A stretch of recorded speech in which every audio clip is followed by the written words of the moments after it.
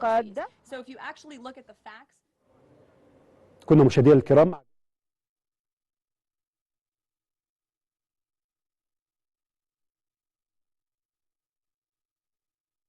back onto the streets to further commit acts of violence. And so to answer your question, yes, the president wants to work with anyone across this country who wants to end these horrible policies and to bring law and order to our streets. And I think that is proven by his tremendous cooperation with the mayor of Washington, D.C. and our nation's capital. And just look at the results of that. And I do have some updates for you on the D.C. crime crackdown if anyone is interested. There have been a total of 2,177 arrests made since the start of the operation on August 7th. Just last night, there were 57 arrests made in Washington, D.C. Of the 57 arrests, there were 14 illegal aliens who were arrested, many of whom had prior criminal histories.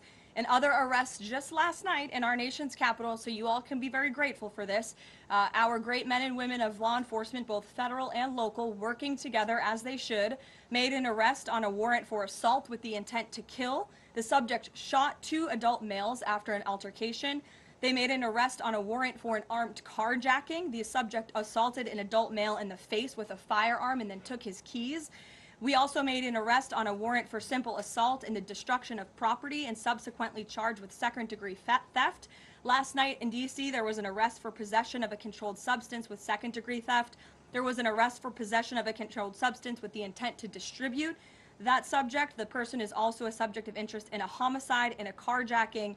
Last night in D.C., we also arrested a felon in possession of a firearm who was carrying that firearm without a license. So these are the career criminals. These are the bad guys that we are picking up in Washington, D.C. every day. The president would love to do this in every Democrat-run city across the country, and he hopes that more Democrats will call the White House to allow us to help them. One more that's D.C. specific. Congress is poised to not extend Trump's federalization of the D.C. police. Mayor Bowser signed the executive order formalizing cooperation with federal forces. You just mentioned all the success that the operation has had. Does the White House believe that the Mayor Bowser's action is enough to continue the crime crackdown? We